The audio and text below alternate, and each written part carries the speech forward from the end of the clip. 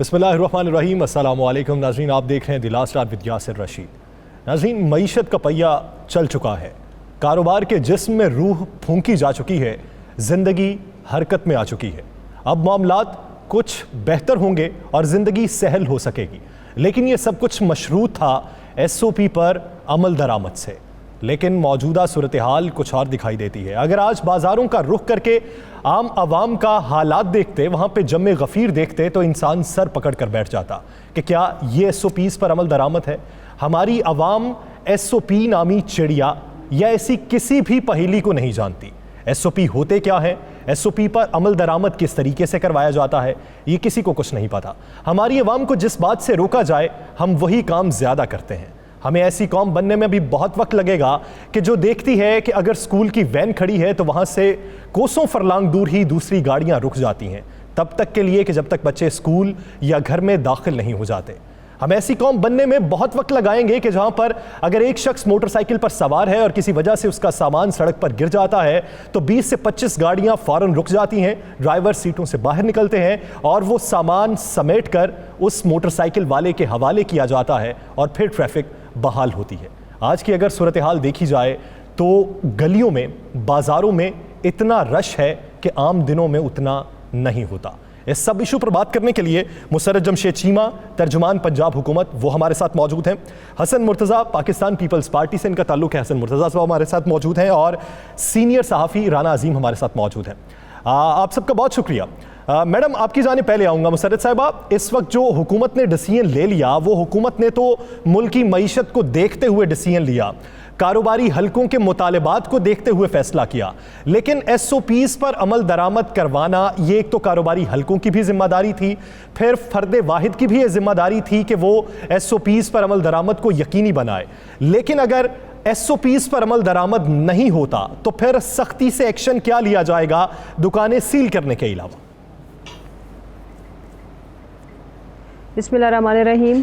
मैं बहुत शुक्रगुज़ार की कि आपने मुझे, ये बड़ा ज़बरदस्त टॉपिक है और it is very much needed कि हम सारे मिल के अपने लोगों को ये बावर कराने में कामयाब हो जाएं कि जो सबसे पहले अगर SOPs का किसी को फ़ायदा है तो वो आपकी अपनी जान को और फिर आपकी जान के साथ आपके प्यारों की ज़िंदगी उस पर मुनहसर है।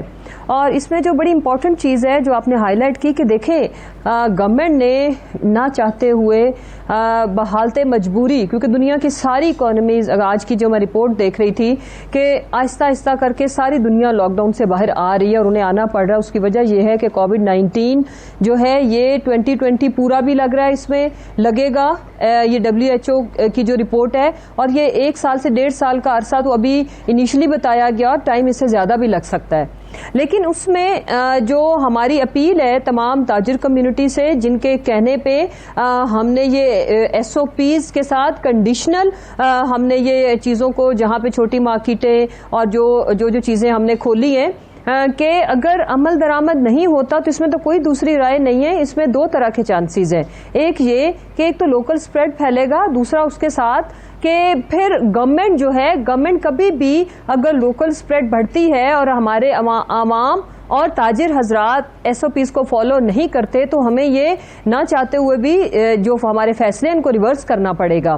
तो हमें पूरा यकीन है इंशाअल्लाह ताला पाकिस्तानी अवाम जिम्मेदारी का सबूत देंगे और पाकिस्तानी अवाम के साथ साथ हमारी जो ताजिर बरादरी है वो भी इंशाअल्लाह ताला SOPs को फॉलो भी करेंगे और लोगों को अमल दरामद करने में अपना रोल प्ले करेंगे। वादों पे तो कारोबार खोला नहीं ना जा सकता। अगर पंजाब हुकूमत ने SOPs तय किए हैं तो उस SOPs की खिलाफ वर्जी पे कोई एक्शन भी तो तय किया होगा। जी बिल्कुल, मैं तो आपको बता रही हूँ, पहला एक्शन तो ये होगा कि हम वो मार्केट, वो दुकानें हमें बंद करनी पड़ेंगी जहां पे SOPs फॉलो नहीं होंगे।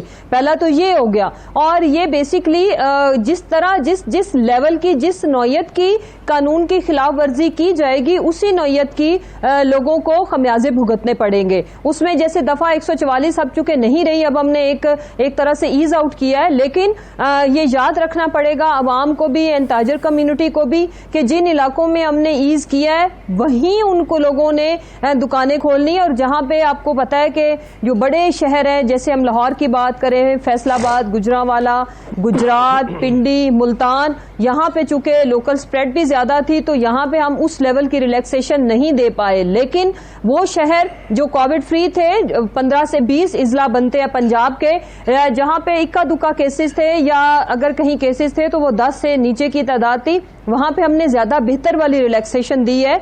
और उसके आगे भी फर्दर, और एक मैं और इम्पोर्टेंट चीज आपसे शेयर करती चलूं कि जो गवर्नमेंट पंजाब है, हम लोग तो फर्दर भी लोगों को मजीद रिलैक्सेशन देने का भी इरादा रखते हैं, लेकिन प्रोवाइडेड फॉर कि उसमें लोग ये मशरूत होएगा, ये कंडीशनल होगा कि लोग उन शराइत पे कितना अमल दरामद करते हैं। जैसे जैसे ये एसओपीज के तहत हम लॉकडाउन को रिलैक्स करते जाएंगे और मजीद इंशाल्लाह इसमें रिलैक्सेशन में इजाफा होगा। इसी तरह जहां पे एसओपीज फॉलो नहीं होंगे तो मजीद खोलना तो दूर की बात, हम जो पहले वाले फैसले किए हुए हैं हम उनको भी रिवर्स करेंगे। ठीक, मुसरत साहब साथ ही रहेगा। हसन मुर्तजा साहब, पाकिस्तान पीपल्स पार्टी जो है ये वफाकी हुकूमत के इस फैसले की तायद नहीं कर रही थी कि लॉकडाउन में नरमी लाई जाए। फैसला हो चुका, अब उस पर आज से अमल दरामद भी हो चुका है। बाजारों के हालात से हम बखूबी वाकिफ हैं। आने वाले दिनों में आप क्या समझते हैं कि मुश्किलात क्या हो सकती हैं और इस हवाले से पाकिस्तान पीपल्स पार्टी का मौक़िफ़ क्या हो सकता है?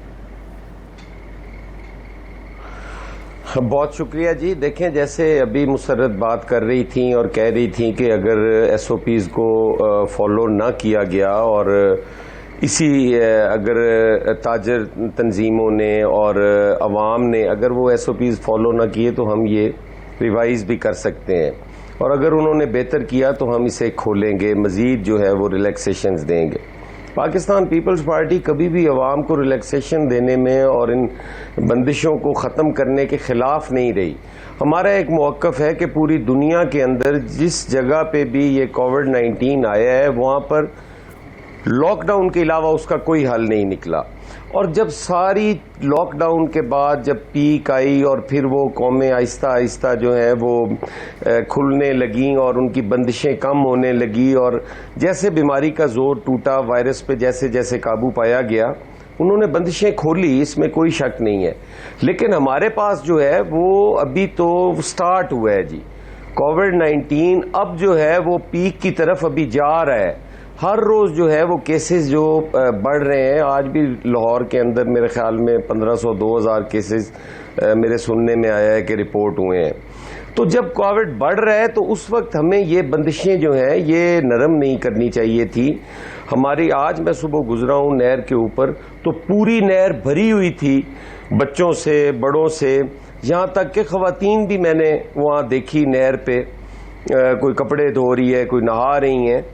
तो हमारी कौम जो है वो इस चीज़ को सीरियसली नहीं ले रही कि ये कोविड कितना ख़तरनाक है और इसका स्प्रेड जो है वो किस तरह फैलता है और किस तरीके से हमारे जो वसाइल हैं वो क्या है और किस तरीके से इसको कंट्रोल किया जाएगा।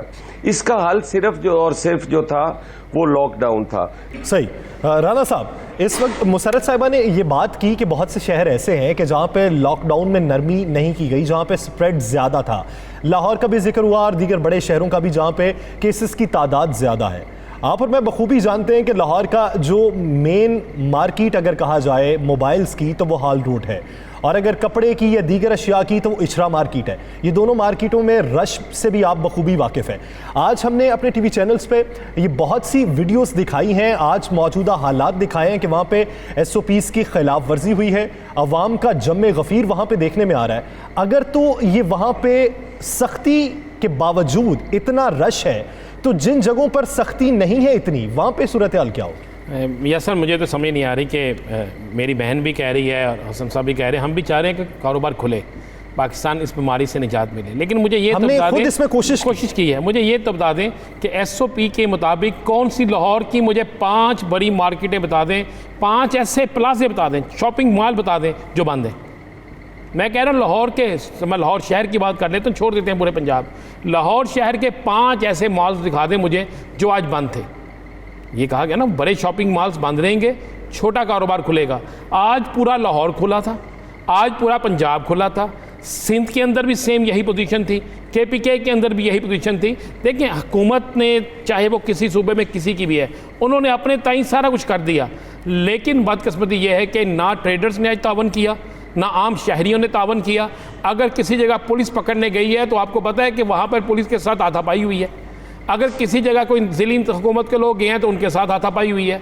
तो एक तो ये हमें ज़हन से निकाल देना चाहिए कि कोई काम SOP के मुताबिक हुआ या आगे होगा, बिल्कुल नहीं होगा। वो ताजर रहनुमा जो TV पे बैठकर बड़े बड़े भाषण देते थे, वो जो TV पे बैठकर कहते थे हम इस पर पाबंदी कराएंगे, उनमें से भी कोई नज़र नहीं आया। और हुकूमत लड़ नहीं सकती, ये बड़ी क्लियर सी बात है, चाहे वो सिंध हुकूमत हो, पंजाब हुकूमत हो, ये नहीं लड़ सकते। ये दूसरी तरफ बात चली जाएगी, किसी और मामला किसी और तरफ चले जाएंगे। और ये भी मैं कहूँगा कि हुकूमत को चाहिए कि अब आवाम को ये ना कहे कि हमने छोटे प्लाजे खोले, छोटी मार्केटें खोली हैं, बड़े प्लाजे नहीं खोले। तमाम शॉपिंग मॉल खुले हैं। कोई एक शॉपिंग मॉल मुझे बता दें जो लाहौर में बंद है, सब कुछ खुला है और किसी एक जगह पर अमल नहीं हुआ। और यासर आहिस्ता आहिस्ता आने वाले दिनों में लोग जो हैं, अगर इनको आवाम को इस पे कायल ना किया गया, अगर हुकूमती इदारी हरकत में ना आए, अगर सियासी जमातों ने, चाहे वो कोई भी सियासी जमात हो, उन्होंने अपना रोल अदा ना किया, ट्रेडर्स ने अपना रोल अदा ना किया, तो ये बीमारी बढ़ सकती है, कम नहीं होगी। आज तो लोगों ने मास्क नहीं पहने, उसके बाद तो लोग फिर हर चीज़ उसी तरह करनी शुरू हो जाएंगे। ऐसा ही नज़रीन, बात करेंगे आटा चीनी स्कैंडल पर भी। हमारे साथ मेहमान मौजूद हैं, इनसे इस इशू पे मज़ीद भी बात करेंगे।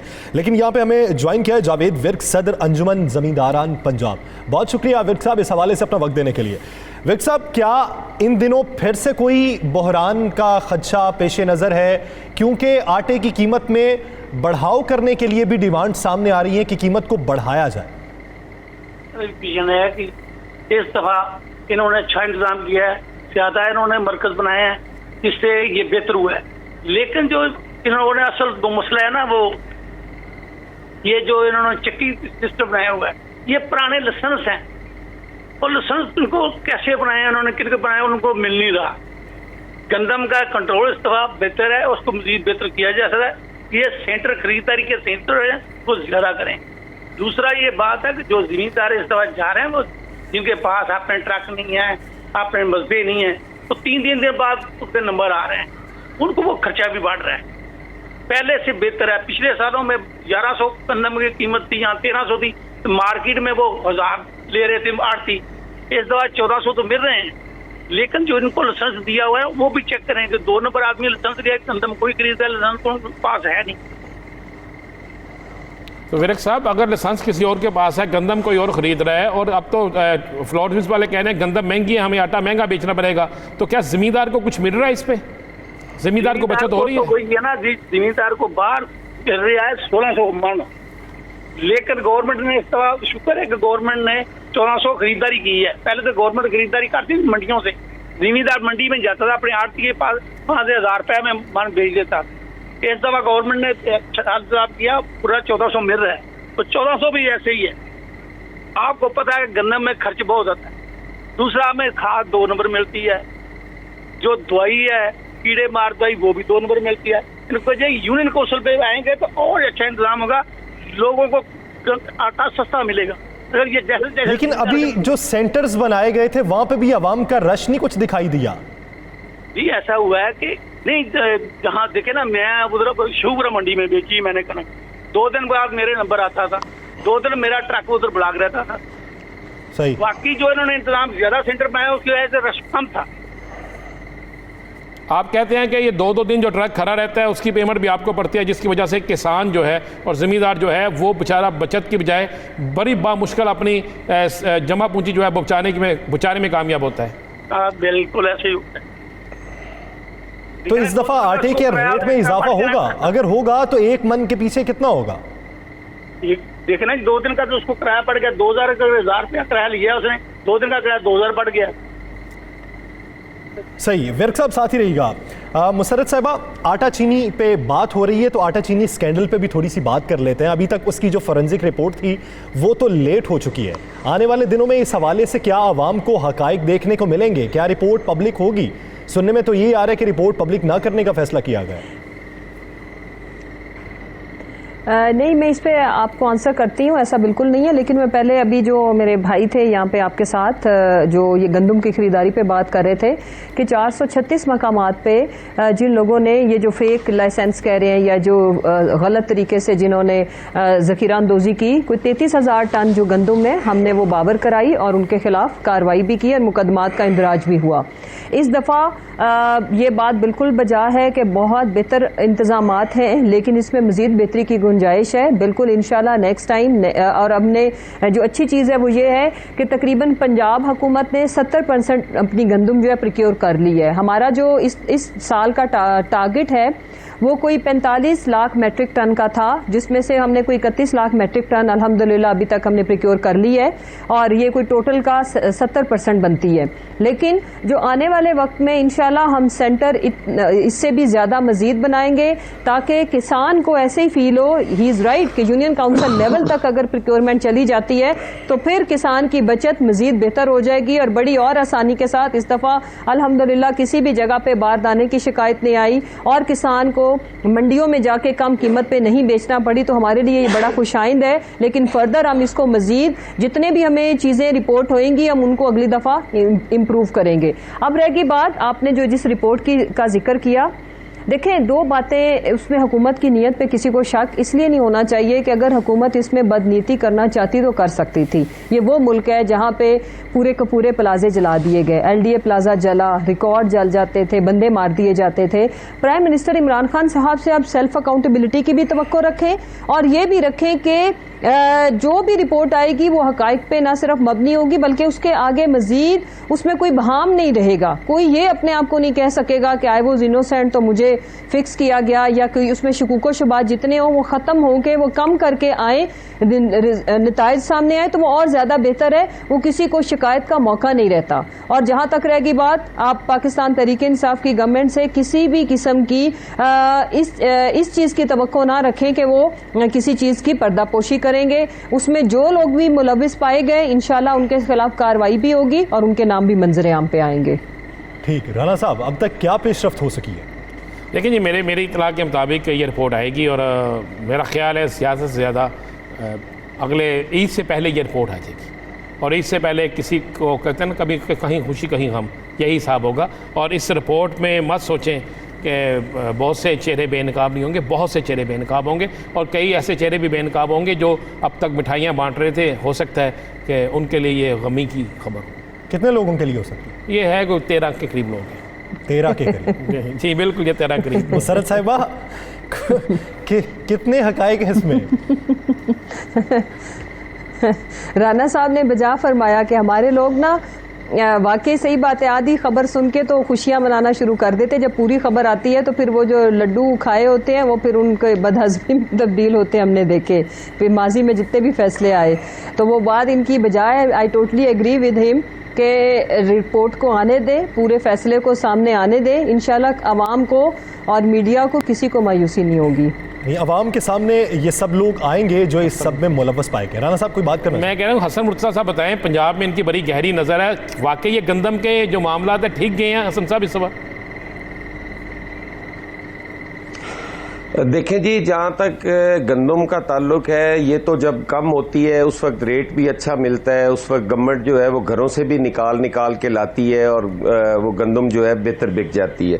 बात यहाँ पर ये है कि जो इंसेंटिव ये मिडल मैन को देते हैं या जो सब्सिडी ये देते हैं, जिस तरह इस दफ़ा जहांगीर तरीन साहब और इनका नाम ये इंक्वायरी में आया, ये सब्सिडी क्यों नहीं अपने ग्रोअर को देते? अगर ग्रोअर खुशहाल होगा, जिस टाइम बिजाई का टाइम होता है ये इंसेंटिव उन्हें दिया जाए, रेट का भी और ये सब्सिडी का भी। उनको पेस्टिसाइड्स जो है वो सब्सिडाइज रेट्स पे मिले, उनको फर्टिलाइजर जो है वो सब्सिडाइज रेट पे मिले, डीजल सस्ता मिले, तो उनसे बेशक गंदम आप 1000 रुपए में भी लें, उन्हें बचत होगी।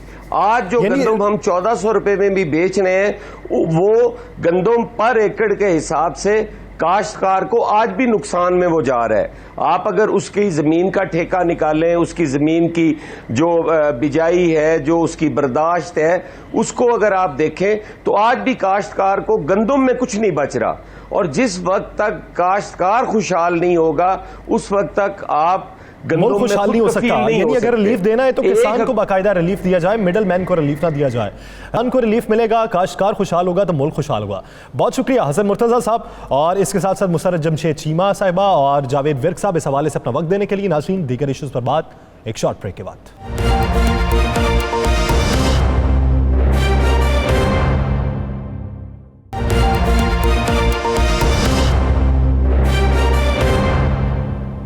Welcome back.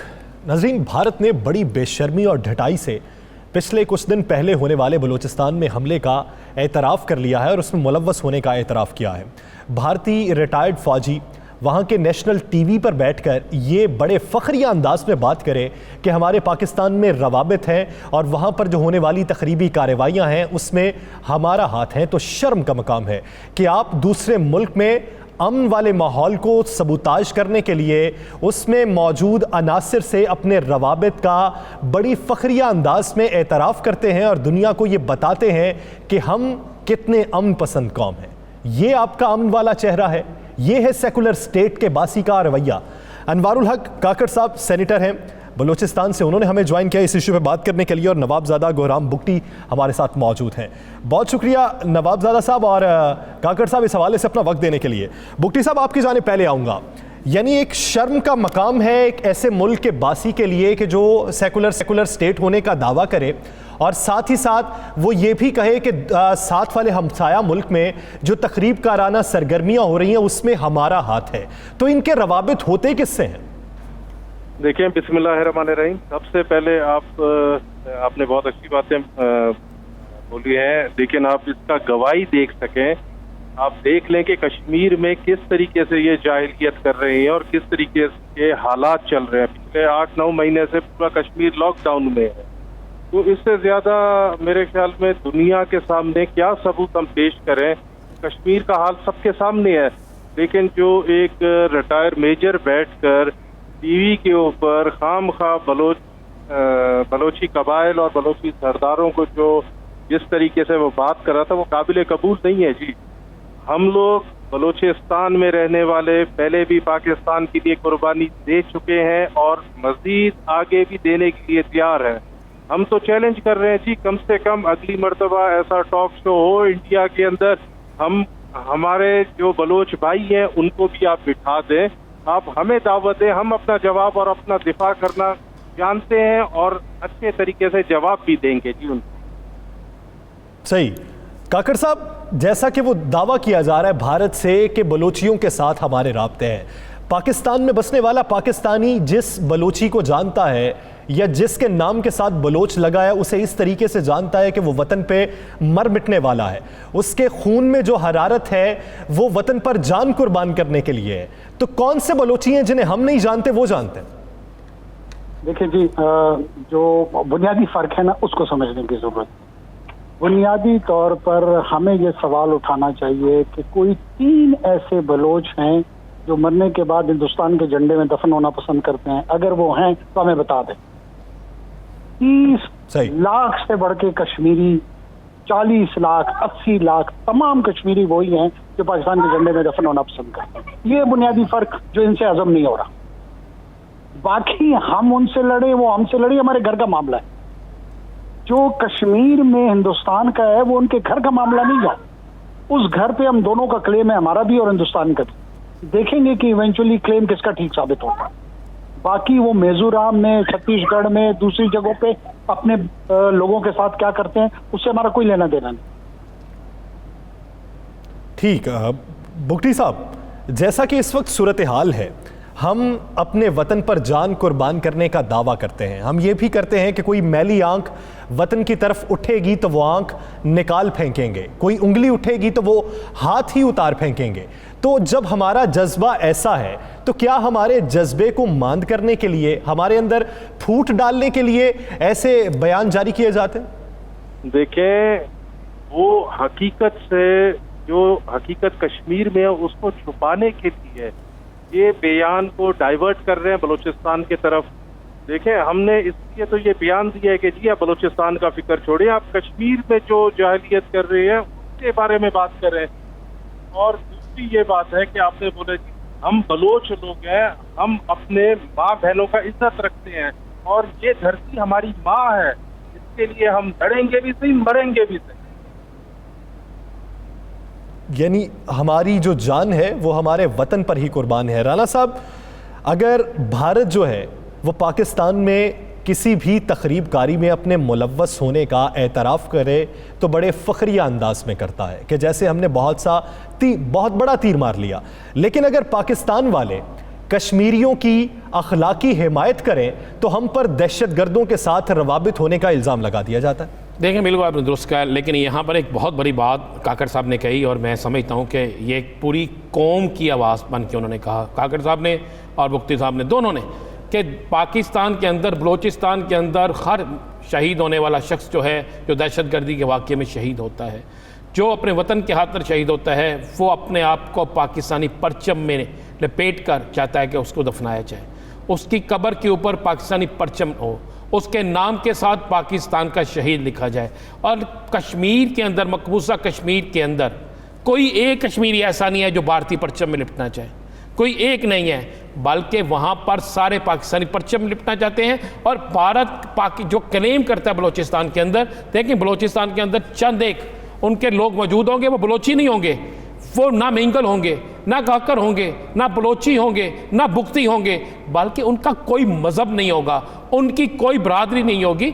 जो बिकता है वो किसी मुल्क का भी नहीं हो सकता। तो वो चंद उनके अपने लोग होंगे जिनको उन्होंने मुख्तलिफ ज़राए से वहाँ पे बेचा होगा, और वो भी अब अल्हम्दुलिल्लाह नहीं है। वहाँ पर इस वक्त बुख्ती हो, बलोची हो, काकर हो, मेंगर हो, सब लड़ रहे हैं पाकिस्तान के लिए। सब की जंग जो है वो पाकिस्तान की बका की जंग है। सब अपने आप को कुर्बान करते हैं इस पाकिस्तान पे, पाकिस्तान के कौमी दहारे में मौजूद है। और जहाँ तक आपने जो बात की कि भारत, देखें मेरे पास भी मेरी आज स्टोरी भी है और मैं काकर साहब से कहूँगा ज़रूर इस पे वो बात करें कि आज हमें भी बताया कि भारत किस तरीके से कहाँ पे उसने कैंप बना रखे हैं, भारत ने किस तरीके से अपने सरहदी इलाकों में कैंप बनाकर पाकिस्तान के ख़िलाफ़ नफरत पैदा करता है। कितनी वहाँ पर बड़ी तादाद में लोग मौजूद हैं ऐसे जिनका अफ़गानिस्तान से तल्लक है, जिनका उससे तल्लक है अफ़गानिस्तान के अंदर जो खुफिया एजेंसी है, जिनका मोसाद से तल्लक है, जिनका वहाँ पर राक से तल्लक है, NDS से तल्लक है, सारी चीज़ें मौजूद हैं। ये उनको जानबूझकर बलोचियों का नाम देने की कोशिश करते हैं, उनको भुक्तियों का नाम देने की कोशिश करते हैं, उन्हें मैंगल्स का नाम देने की कोशिश करते हैं। ऐसा नहीं है, जो असल लोग हैं वो मौजूद हैं, उनमें से किसी एक को वो सामने लाकर दिखा दें, नहीं होगा। ये सिर्फ कश्मीर से तवज्जो हटाने के लिए, क्योंकि कश्मीर के अंदर एक बुनियादी फैक्टर भी तो है ना, इस वक्त भारत के अंदर खुद खलबली मची हुई है। भारत के अंदर धड़े मुख्तलिफ बन चुके हैं, एक निचली जात वाला है, एक ऊंची वाली जात वाला है, एक मुसलमान है, एक हिंदू है, आपस में तो लड़ रहे हैं। RSS ने तो सबको बंटवारे में रखा हुआ है।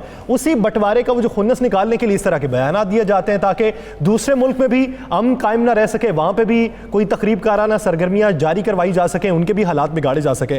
काकड़ साहब, जब ये वीडियो बयान सामने आया था रिटायर्ड भारतीय फौजी का, उसके बाद आपने एक वीडियो बयान जारी किया था, आजकल सुना है उसने भारत में काफी खलबली मचा रखी है, क्या कहा था आपने उसमें? देखें, वो मेरी ट्वीट थी जी। अच्छा, बुक्टी साहब से मेरे से जी, देखें हम लोगों ने जो किया, जो बयान दिया था वो हकीकती बयान किया।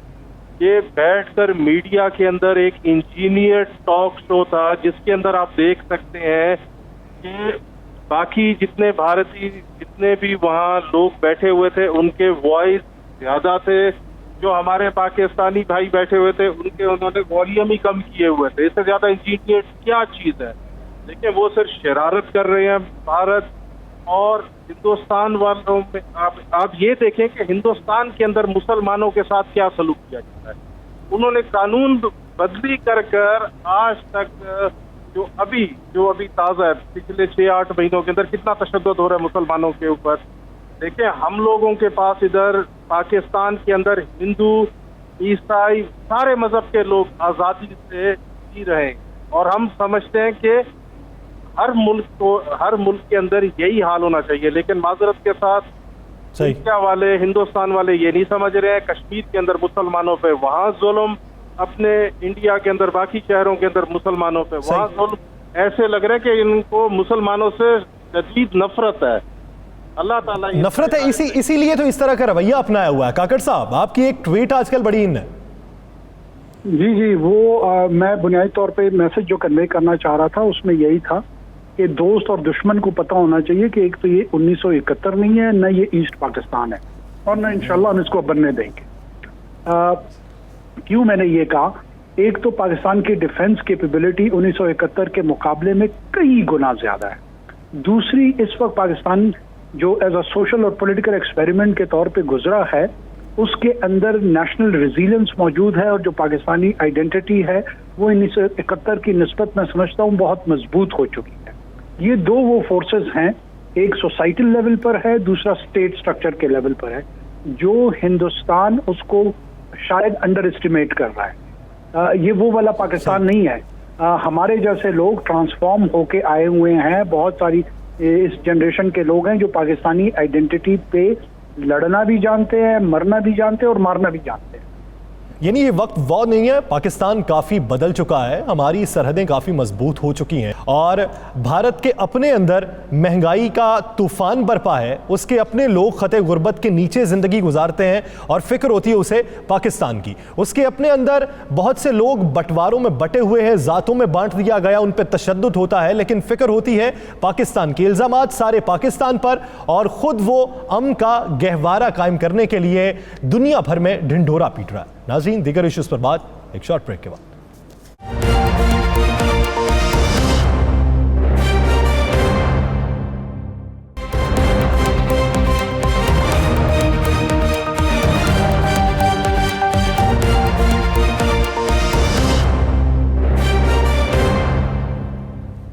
Welcome back. नाज़रीन, भारत में दहशतगर्दाना कार्रवाइयां तो होती रहती हैं, लेकिन इस वक्त सूरत हाल ये है कि भारत में जो पुलिस और फौज है उसकी सरपरस्ती में मुसलमानों को तशद्दुद का निशाना बनाया जा रहा है।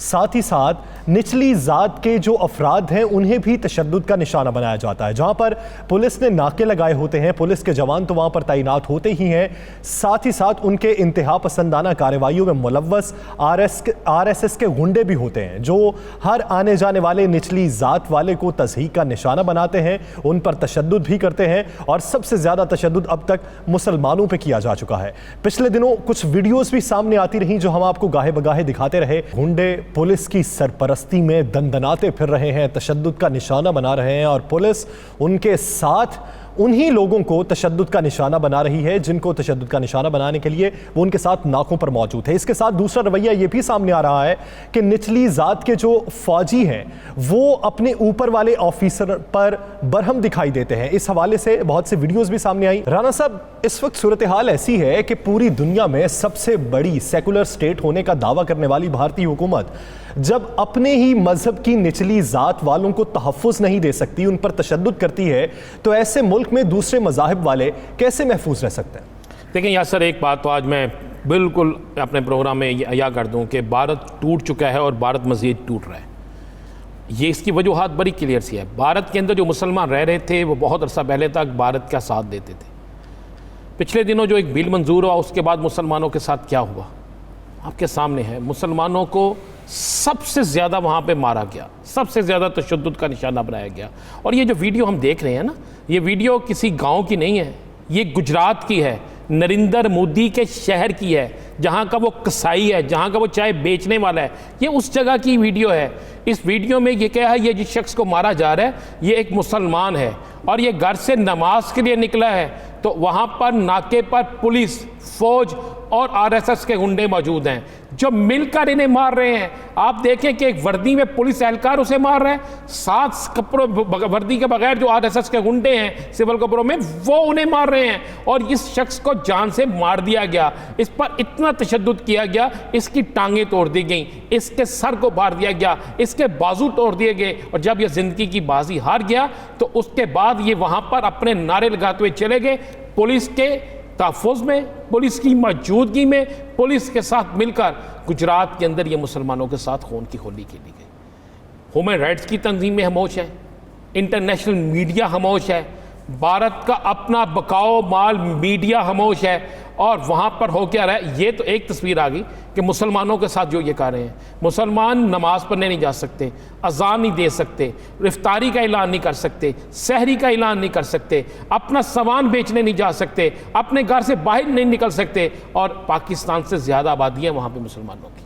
और अब वो मुसलमान जो हैं वो ये कह रहे हैं कि वाकई 2 कौमी नज़रिया दुरुस्त था, और अब मुसलमान खड़ा होना शुरू हो गए हैं। वहाँ पर उन्होंने अपनी आवाज़ बुलंद करनी शुरू कर दी है। और एक ये तो हो रहा था मुसलमानों के साथ। राणा साहब, भारत में ये जो काम पुलिस से ले रहे हैं, यही काम फिर आरएसएस से ले लें? पुलिस को पैसे देने की क्या ज़रूरत है?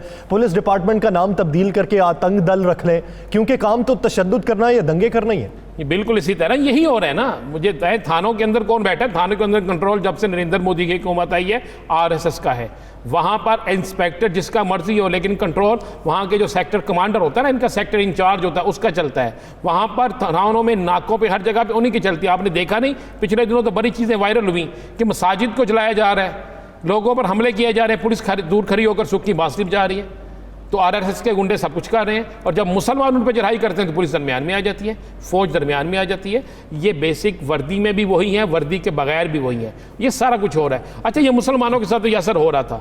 मुसलमानों के साथ चले हमें समझ आती है कि उनका मुसलमान होना एक जुर्म बन गया भारत के अंदर, क्योंकि नरेंद्र मोदी जो है आपको पता है जुनूनी है, और नरेंद्र मोदी एक कातिल है। असल तो दहशतगर्द नरेंद्र मोदी है ना, जिस पर इंटरनेशनल कुव्वतों की नज़र नहीं पड़ती, जिससे इंटरनेशनल कुव्वतें बिल्कुल नवाज नहीं हैं। उनको नज़र नहीं आता कि भारत सबसे बड़ा खूनी मुल्क है, भारत के अंदर सबसे ज़्यादा अक़लियतों के साथ बुरा काम हो रहा है। अब दूसरी तरफ चले जाएँ, वहाँ पर क्या हो रहा है? एक बहुत बड़ी करोड़ों की आबादी है दिल्लत, जिसे आप कहते हैं ना दल्लत, सबसे निचली ज़ात जो हिंदुओं की है वो दल्लत। आप देखें कि आप हो क्या रहा है उन्हीं के मुल्क में, उन्हीं के फौजी जिनको इन्होंने मकबूजा कश्मीर में भेजा हुआ है। अब उनके साथ क्या हो रहा है कि वो अपने अफसर के साथ खाना नहीं खा सकते उस मैस में, जिस मैस में अफसर खाना खाता है। उस जगह पे उन्हें वो खाना नहीं मिल सकता जहाँ पे अफसर बैठ के खाता है, वो खाना उन्हें नहीं मिल सकता जो फौज के अफसर खाते हैं। उनकी लाशें उन ताबूत में नहीं जा सकती जिनमें फौज के अफसरों की जाती है। उनकी लाशें हमने दिखाई थी पिछले दिनों, आपने देखा ना, गत्ते के डब्बों में जा रही हैं। तो अब हो क्या रहा है? अब मकबूजा कश्मीर जो है ना, इंशाल्लाह आज़ाद होगा और भारतीय फौजियों का कब्रिस्तान बन रहा है। वहाँ पर जितने निचली ज़ात के फौजी थे, बहुत बड़ी एक तादाद थी, उन सब ने अब बाकायदा तौर पर ओपन होकर, जब वर्दी में कोई फौजी आकर अपने आला अफसरान के खिलाफ बोलता है तो इसका मतलब है वो बगावत कर रहा है। अब वहाँ पर पहले तो 13,000 लोग छुट्टी बगैर इतला के चले गए थे, अब कई हज़ार जो फौजी हैं जो निचली ज़ात के हैं, उन्होंने वहाँ पर अपना असला भी जमा करवा दिया है। उन्होंने कहा जी हमने काम करना ही नहीं। वो कहते हैं, उन्होंने बिल्कुल वाज़ेह कहा है कि जब मुजाहिदीन के साथ झड़पें होती हैं तो मरने के लिए हमें आगे कर देते हैं, जब कोई जाली ड्रामा दहशतगर्दी का रचाना होता है तो उसमें हम लोगों की बस को टारगेट खुद ही करते हैं, हम लोगों पर खुद ही बम धमाके करते हैं और उसके लिए पूरी दुनिया के अंदर मजलूम बनने की कोशिश करते हैं। तो आज ये एक फौजी, भारतीय फौजी का ये बयान नहीं है, बल्कि ये निचली ज़ात के हिंदू जितने हैं ये उन सब की उसने तर्जमानी की है। और भारतीय फ़ौज के अंदर जो मकबूजा कश्मीर में है, जो भारत के अंदर है, इस वक्त शदीद तरीन वहाँ पे बगावत हो चुकी है। भारतीय फ़ौजी जो हैं वो निचली ज़ात के, उन्होंने वाज़ेह तौर पर अपना असला जमा करवाना शुरू कर दिया। और मकबूजा कश्मीर में आप आने वाले 4 से 5 दिन, मैं ज़्यादा नहीं कह रहा, या सर आप देखेंगे जो आज़ादी की तहरीक वहाँ तेज़ हुई है, आपको उस तहरीक में एक नया रंग नज़र आएगा। वो रंग क्या होगा? अब मुसलमान मुजाहिदीन के साथ साथ ऐसे तमाम लोग भी वहाँ पे, चाहे वो मुसलमान नहीं भी है लेकिन वो समझते हैं, वो जानते हैं कि भारत वहाँ पर जुल्म की इंतहा कर रहा है, वो मुजाहिदीन का साथ देने के लिए तैयार हो गए हैं। आप देखें ना, तमाम कर्फ्यू के बावजूद कर्फ्यू टूट गया ना, और आज रात से भारत का ये आलम है कि भारतीय फ़ौज के अपने आला अफसरान ने कहा कि नए वहाँ से लोगों को बुलाया जाए, भारत से फ़ौज यहाँ बुलाई जाए, जो छोड़ के जा रहे हैं इनकी जगह फुल की जाए। तो वहाँ से आने के लिए तैयार कोई नहीं है। तो अब वहाँ से आरएसएस के गुंडों को ज़रूर लाएंगे, लेकिन मुजाहिदीन उनसे निपट लेंगे और निपटना उन्हें आता है। तो भारत के अंदर इस वक्त जहाँ पर निचली ज़ात के अपने हिंदुओं को माफ़ नहीं कर रहे, मुसलमानों के साथ तो इंतकाम उनका समझ में बात आती है। नाज़रीन, आगे बढ़ते हैं और बात करेंगे एसएसपी मुफख्खर अदील केस की, जिसमें चालान पेश हो चुका है। अब तक क्या पेशरफ्त हुई, किस किस से अब तक तफ्तीश हुई, उस तफ्तीश के कौन कौन से हकाइक सामने आए और इस वक्त कहानी कौन सा रुख इख्तियार कर रही है, राना साहब से बात करते हैं। राना साहब, अभी तक क्या हकाइक सामने आ चुके हैं? चालान के अंदर जो चालान पेश किया गया है उसके बाद तहकीकात कौन सा नया रुख इख्तियार कर रही है? और हमने तो अभी तक सुना था कि किसी भी आला पुलिस ऑफिसर को कभी सज़ा नहीं होती, या तो वो मुअत्तल होता है या फिर बैरून मुल्क शिफ्ट हो जाता है। इस केस में क्या कहानी तब्दील होने वाली है? जी बिल्कुल, ये मैं भी मेरा भी यही अंदाज़ा था कि शायद इसके साथ भी ऐसा ही हो जो हमेशा आला पुलिस अफसरान के साथ होता है। हालांकि पाकिस्तान के अंदर तो एक इंस्पेक्टर को भी सज़ा नहीं होती, एक इंस्पेक्टर जिसके मतलब पता हो कि इसने जाली पुलिस मुकाबला किया है, बेशक क्रिमिनल शख्स को मारा है, मगर यहाँ पर तो एक SSP रैंक का अफसर था। इस वाक़े के बाद बहुत सी चीज़ें सामने आई और हमने ही 92 में इसको ब्रेक भी किया, लेकिन इसका चलान पेश हो गया। चलान जब पेश हुआ तो हमारे ज़हन में था शायद इसे बेगुनाह लिख दिया होगा यासर, और इसको कोई ना कोई ऐसी चीज़ छोड़ दी गई होगी कि जिससे इसको रिलीफ मिल सके। लेकिन मैंने आज सारी चलान की कॉपीज़ पढ़ी, सारा कुछ देखा, तो मैं समझता हूँ कि ये पाकिस्तान में पहली दफ़ा हुआ, और ख़ासकर पंजाब के अंदर। और इसका क्रेडिट मैं IG पंजाब को भी देता हूँ, CCP लाहौर को भी देता हूँ, DIG इन्वेस्टिगेशन को भी देता हूँ, और बाकी तमाम उन अफसरान को जिन्होंने इस पर तफ्तीश की। एक तो इसको गुनाहगार लिखा गया, और दूसरा सबसे बड़ी बात है 3 ऐसे पुलिस अफसरान, ये मैं ब्रेक कर देता हूँ, 3 ऐसे पुलिस अफसरान जिनके इससे भी ज़्यादा तगड़े तलक़ात थे और जिन्होंने इसकी मदद की थी, उनके खिलाफ सख्त कार्रवाई के लिए भी लिख दिया गया है, सख्त तरीन कार्रवाई के लिए लिख दिया गया है। और इस शख्सियत को बचाने के लिए, इस SSP को बचाने के लिए एक बड़ा तगड़ी सिफारिश थी, आपकी मेरी सोच से तगड़ी सिफारिश थी, और हमारी पुलिस उसके आगे डट गई। CCP लाहौर जुल्फ़िकार हमीद से जब मेरी सवारी से बात होने कि जी हमने अल्लाह को जान देनी है, हमें कोई परवाह नहीं, हमें ऊपर से लेकर नीचे तक वाज़े कहा गया है कि इस पर मेरिट करो। और IG शोएब दस्तगीर ने और CCP लाहौर ने और DIG इन्वेस्टिगेशन ने, इन्होंने मिलकर ये काम किया, और उस पर सिर्फ मुफख्खर अदील नहीं जा रहा यासर, मैं बता दूँ, मुफख्खर अदील को सज़ा होगी। सही, मुफख्खर अदील के हवाले से जो अब तक कहा जा रहा था, तमाम चैनल्स कह रहे थे कि कोई शवाहिद नहीं मिले, नहीं, मैं बताता जाऊँ कि उसके हवाले से वो तमाम शवाहिद मिल गए हैं जिसके मतलब कहा जा रहा था कि शायद वो ज़ाया हो चुके हैं।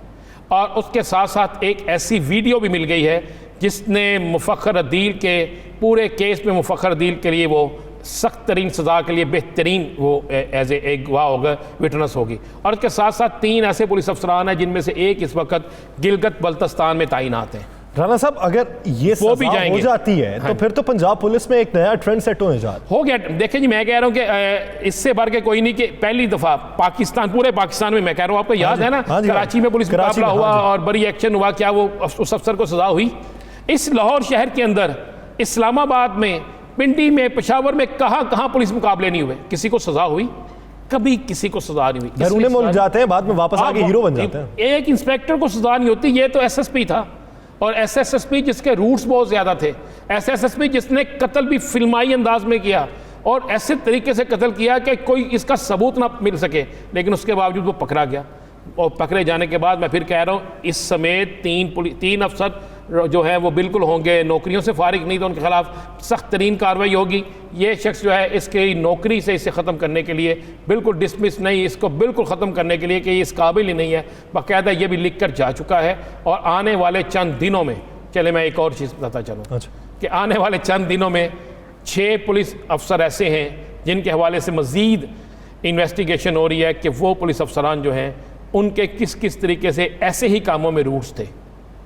और एक पुलिस अफसर के मतलब तो ये इंक्वायरी हो रही है कि वो अपने SP रैंक का है, लाहौर में तैनात है, कि वो अपने दफ्तर में मुद्दइयों के सामने मुल्ज़मान को गालियां निकालता और मारता है और मुद्दइयों से अच्छा खासा माल लेता है। और ये भी हो रही है। और आने वाले दिनों में इस मुफख्खर अदील के बाद हमें नज़र आ रहा है कि पुलिस के अंदर एक नई तब्दीली होगी, चाहे वो सिंध में हो, चाहे पंजाब में हो, चाहे KPK में हो। अच्छी तब्दीली है कि 4 दहाइयों में जिस डिपार्टमेंट को सही ना किया जाए, ये एक केस उस डिपार्टमेंट को एक नई शक्ल दे देगा, नया रुख दे देगा, बेहतर इमेज उजागर होगा, और पंजाब में अब तक जो थाना कल्चर था उसके खात्मे की जानिब भी ये एक अच्छी खासी पेशरफ साबित होगी। बहुत शुक्रिया नाजरीन, द लास्ट आवर से मुझे दीजिए इजाज़त। अल्लाह निगहबान।